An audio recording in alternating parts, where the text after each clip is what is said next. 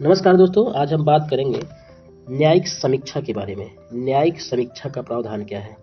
न्यायपालिका द्वारा संसद एवं राज्य विधान मंडल द्वारा बनाए गए कानूनों तथा कार्यपालिका द्वारा किए गए कार्यों की संवैधानिक वैधता की समीक्षा करना ही न्यायिक समीक्षा कहलाता है। एक बार फिर से देखिएगा, न्यायपालिका द्वारा संसद एवं राज्य विधान मंडल द्वारा बनाए गए कानूनों तथा कार्यपालिका द्वारा किए गए कार्यों की संवैधानिक वैधता की समीक्षा ही न्यायिक समीक्षा कहलाता है। यह संविधान का मौलिक अधिकार है। ठीक है, न्यायिक समीक्षा जो है, यदि कोई कार्यपालिका द्वारा या राज्य विधान मंडल द्वारा कोई कानून बनाया जाता है तो उसकी संवैधानिक समीक्षा की जाती है। इसी को ही न्यायिक समीक्षा कहते हैं। न्यायिक समीक्षा की प्रमुख विशेषताएं ये हैं कि संविधान की सर्वोच्चता की रक्षा करना। संविधान ही सर्वोच्च है, इसकी रक्षा करना ये न्यायिक समीक्षा की विशेषता है। मौलिक अधिकारों की सुरक्षा करना और शक्तियों का संतुलन करना, ये प्रमुख 3 न्यायिक समीक्षा की विशेषताएं हैं। न्यायिक समीक्षा का सिद्धांत की जो उत्पत्ति हुई थी वो अमेरिका से हुई थी। न्यायिक समीक्षा के सिद्धांत की उत्पत्ति अमेरिका से हुई थी। भारत में दूसरी ओर संविधान स्वयं न्यायपालिका को न्यायिक समीक्षा की शक्ति देता है। साथ ही सर्वोच्च न्यायालय ने घोषित कर रखा है कि न्यायिक समीक्षा की न्यायपालिका की शक्ति संविधान की मूलभूत विशेषता है।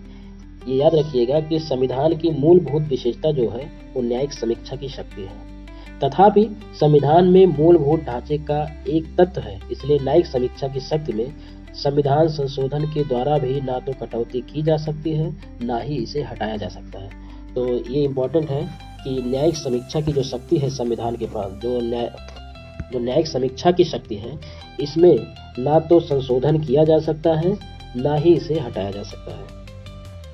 आगे देखते हैं, न्यायिक समीक्षा से संबंधित अनुच्छेद कौन कौन से हैं। अनुच्छेद 13 क्या कहता है? 2 अनुच्छेद हैं, 3 अनुच्छेद हैं न्यायिक समीक्षा से संबंधित। अनुच्छेद 13, अनुच्छेद 32, अनुच्छेद 226।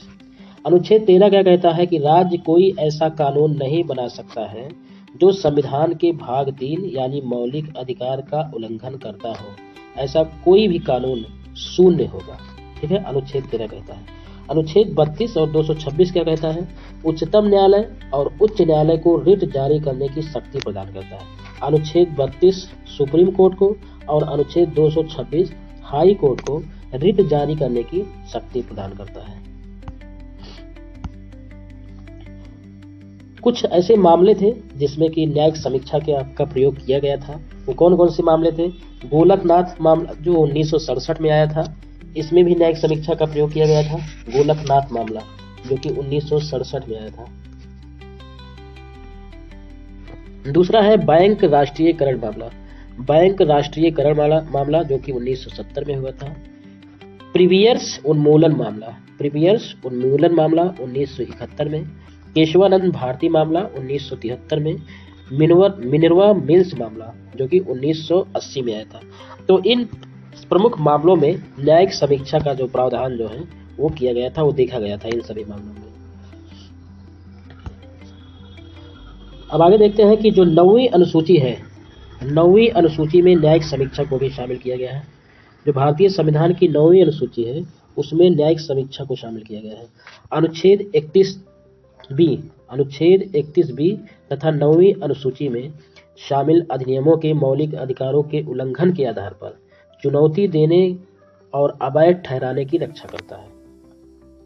ठीक है, 9वीं अनुसूची में जितने भी मामले हैं उनके मौलिक अधिकारों के उल्लंघन के आधार पर चुनौती देने और अवैध ठहराने की रक्षा करता है।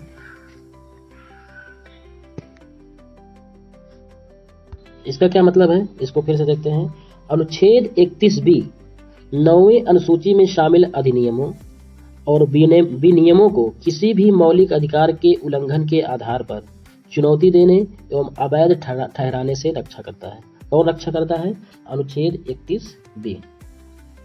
अनुच्छेद 31B तथा 9वीं अनुसूची को पहले संविधान संशोधन अधिनियम 1951 के तहत इसको भारत के संविधान में जोड़ा गया था।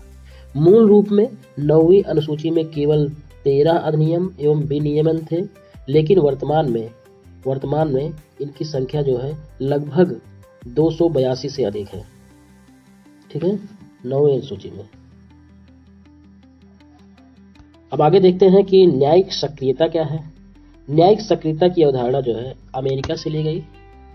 न्यायिक सक्रियता की अवधारणा अमेरिका से ली गई। न्यायिक सक्रियता का अर्थ नागरिकों के अधिकारों के संरक्षण के लिए तथा समाज में न्याय को बढ़ावा देने के लिए न्यायपालिका द्वारा आगे बढ़कर भूमिका निभाना। यानी कि एक बार फिर से देखिएगा, न्यायिक सक्रियता यानी जुडिशियल एक्टिविज्म क्या है। नागरिकों के अधिकारों के संरक्षण के लिए तथा समाज में न्याय को बढ़ावा देने के लिए न्यायपालिका द्वारा आगे बढ़कर भूमिका निभाना ही न्यायिक सक्रियता है। न्यायिक सक्रियता है।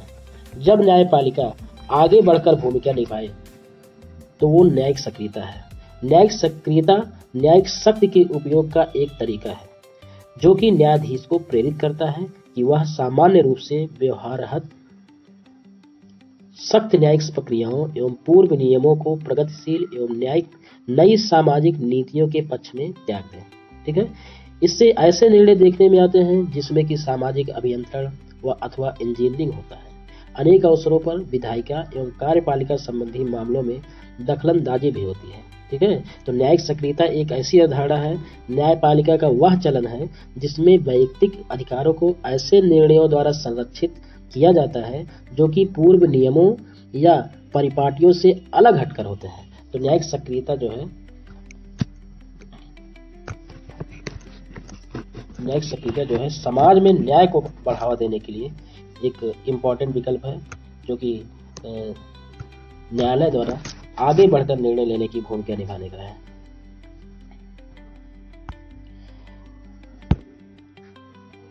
तो आज हमने पढ़ा कि न्यायिक समीक्षा तथा न्यायिक सक्रियता से संबंधित कुछ महत्वपूर्ण तथ्य। तो आगे मिलते हैं इसी प्रकार के अगले वीडियो में। तब तक के लिए जय हिंद, जय भारत।